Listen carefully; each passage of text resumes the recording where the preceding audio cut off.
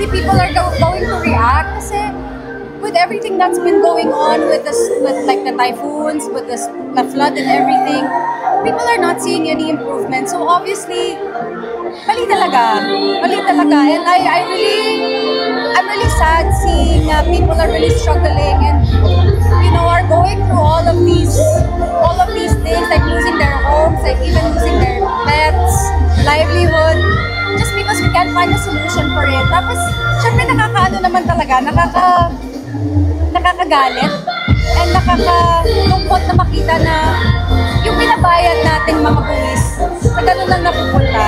So I'm not really very much updated on whatever it is that's going on. I am, however, aware of, the budget for flood. Pero yun nga, nakakainis talaga.